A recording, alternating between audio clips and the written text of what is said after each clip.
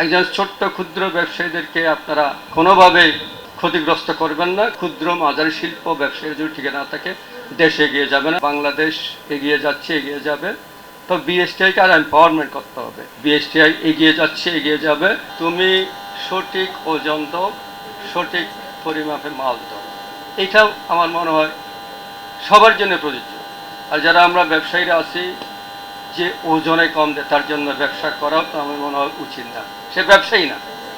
বাংলাদেশে বিএসটিআই এবং আমাদের খাদ্য অধিদপ্তর, বিশেষ করে বক্তা, এটা খুবই পপুলার। বিএসটিআই যেভাবে দেশের প্রত্যেকটা জায়গায় গিয়ে তাদের মানসম্মত পণ্যের জন্য কাজ করে এবং হচ্ছে কি না এটা চায়, সেটা আমার মনে হয় এই মুহূর্তে খুবই ইম্পর্টেন্ট। তো আমি যেটা মনে করি যে বাংলাদেশ এগিয়ে যাচ্ছে, এগিয়ে যাবে। তো বিএসটিআইকে আর এম্পাওয়ারমেন্ট করতে হবে। 40% বেশি গ্লো, বিশ্বের 1 নম্বর গ্লো ক্রিম, নতুন গ্লো এন্ড লাভলি। বিএসটিআই লোকবল কম, বিএসটিআই কে আধুনিক মানসম্মত যে সমস্ত মেশিন দরকার সেগুলি কিন্তু নাই। আমরা দেখি বন্দরে যখন মাল আসে 4-5 দিন, 7 দিন, অনেক সময় 10 দিন পর্যন্ত ল্যাবরেটরির কারণে, টেস্টের কারণে কিন্তু মালটা রিলিজ হয় না।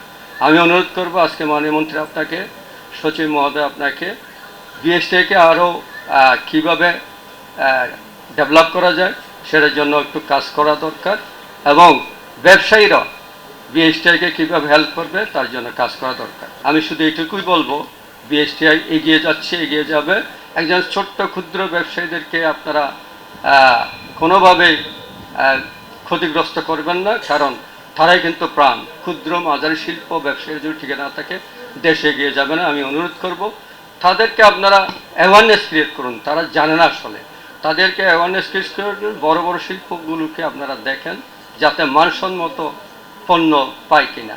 তো আমি কথা বাড়াবো না, আপনাদের মাধ্যমে এতটুকুই বলতে চাই, এই দেশ আমাদের সবাই, এই বাংলাদেশটা শুধুমাত্র এখানে আর কেউ নাই, আমরা সবাই বাঙালি। এই দেশটাকে এগিয়ে নিয়ে যাওয়ার জন্য আমরা সবাই সরকারি বেসরকারি কর্মকর্তা, ব্যবসায়ী, শ্রমিক যারা আছে সবাই মিলে কাজ করব এবং দেশটাকে এগিয়ে নিয়ে যাব।